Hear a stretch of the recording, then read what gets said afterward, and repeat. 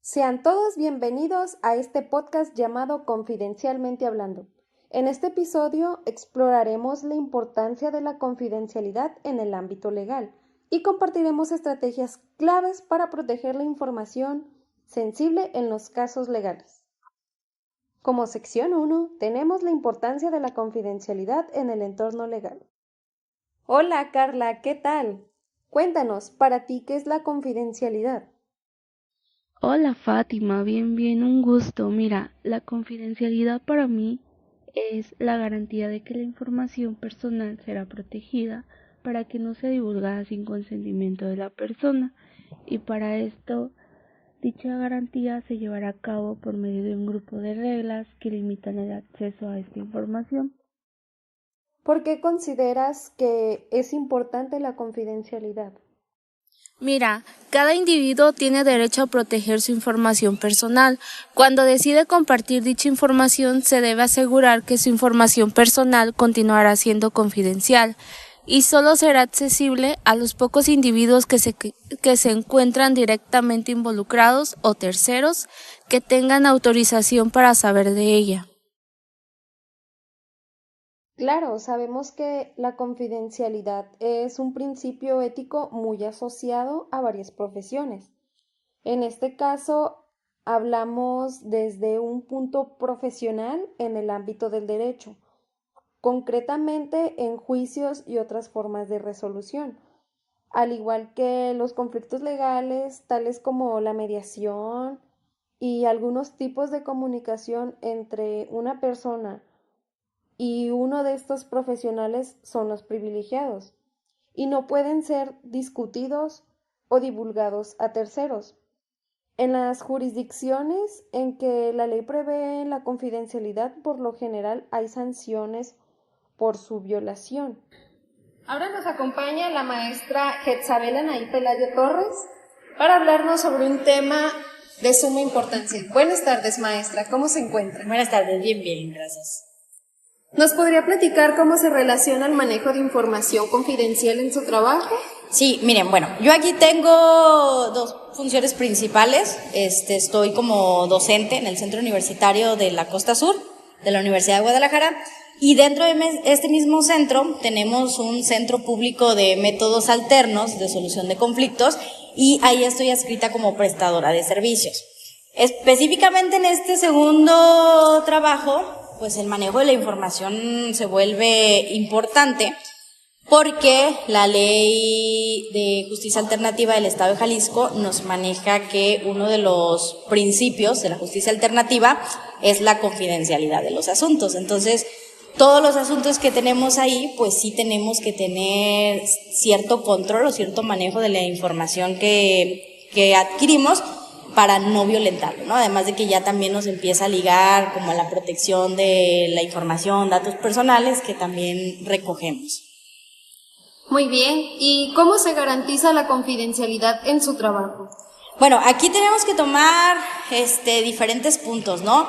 Desde el hecho de, uno, quiénes van a tener acceso a la información, porque obviamente son varias personas las que están ahí. Al final de cuentas, pues es un centro que se genera para prestación de servicio de los alumnos. Entonces sí debemos de cuidar mucho quién recibe la información en un primer momento, ¿no?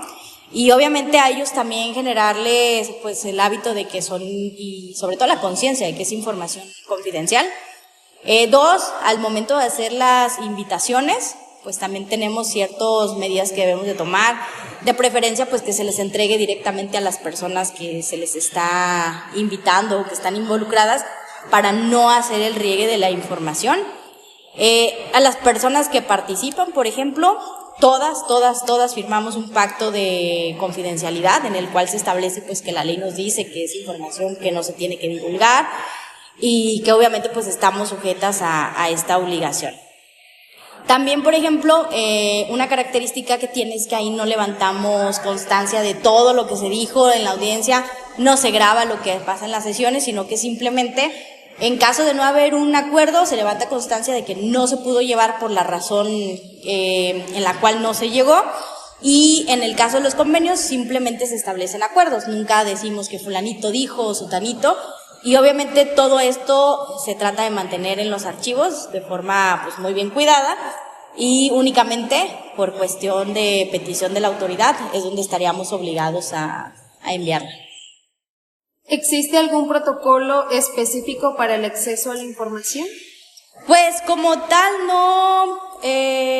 no existe un protocolo, o sea, la parte que a nosotros nos rige como centro público, no existe un protocolo escrito, pero sí dentro de todo lo que se nos enseña al momento de ser prestadores es cómo vamos a hacer el manejo de la información. Como les decía, pues es mantenerla en resguardo, incluso cuando vamos a hacer la derivación de estos documentos a validación y demás, pues cómo tenemos que cuidarlos, ¿no? De preferencia, pues que se entreguen de forma directa. Y cuando ya se nos solicita la información, pues cuidar quién es la autoridad que está pues autorizado, ¿no? Para pedirnos información y que en este caso pues sea la persona a la que le podamos brindar. Como les decía, únicamente por autoridad judicial o ministerial es a quien podríamos brindarle la información.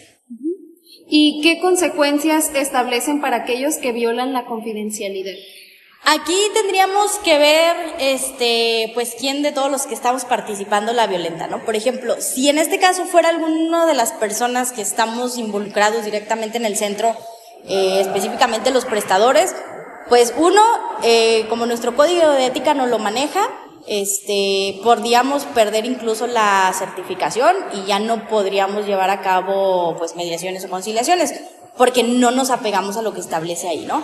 Si a lo mejor no es directamente una persona prestadora del servicio, pero sí que trabaja en el espacio, pues ahí a lo mejor también podría haber sanciones administrativas, incluso pues hasta la separación del cargo, ¿no? Y ya donde sí no tenemos pues mucho control es en cuanto a las partes, porque al final del día, aunque ellos firman un pacto de que lo que se establezca o lo que se diga ahí en las sesiones pues no se puede divulgar, pues realmente no tenemos una forma coercitiva en la cual se les obligue a no dar la información. Pero en la medida de lo que se puede, pues se trata de cuidar que no vaya a ver esa divulgación. Y maestra, ¿usted conoce alguna ley de protección a la información confidencial? Bueno, por ahí podríamos meternos a la ley de datos personales, que no recuerdo precisamente el nombre, pero ahí, por ejemplo, nos habla de cómo hacer el cuidado de todos estos datos sensibles. Podríamos meternos a lo mejor a la ley de acceso a la información, ya específicamente en el ámbito en el que yo me desempeño, pues podríamos hablar también de la ley de justicia alternativa, podríamos hablar del reglamento, podríamos hablar del código de ética, que no son leyes directamente enfocadas a la cuestión de acceso a la información, pero que al menos para lo que nosotros desempeñamos, pues sí nos dan ciertas pautas de qué tenemos que hacer con esa información. Muchas gracias, maestra. Fue un placer contar con su participación. Estoy segura que esta información nos servirá a nosotros y a la audiencia. Gracias a ustedes. Ahora continuaremos con un caso famoso de violación de confidencialidad de información. Es el caso de Mark Dreyer, un abogado de Nueva York. Se descubrió que había estado vendiendo notas falsas de fondos de cobertura a inversionistas entre el año 2004 y 2008, con un esquema Ponzi que llegó a cifras multimillonarias. Dreyer también falsificó documentos legales y usurpó la identidad de clientes para obtener préstamos. Fue arrestado en el 2008 y en el 2009. Fue condenado a 20 años de prisión por fraude y robo de información confidencial de clientes. Este caso es un ejemplo impaciente de cómo un abogado puede abusar de la confianza de sus clientes y violar la ética profesional y las leyes para beneficio personal.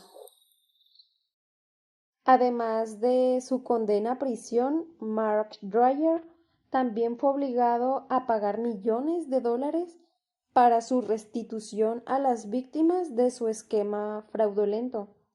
En este caso generó un gran escándalo en la comunidad legal y financiera debido a la magnitud de las estafas cometidas por Dreyer, la violación flagrante de la confianza de sus clientes.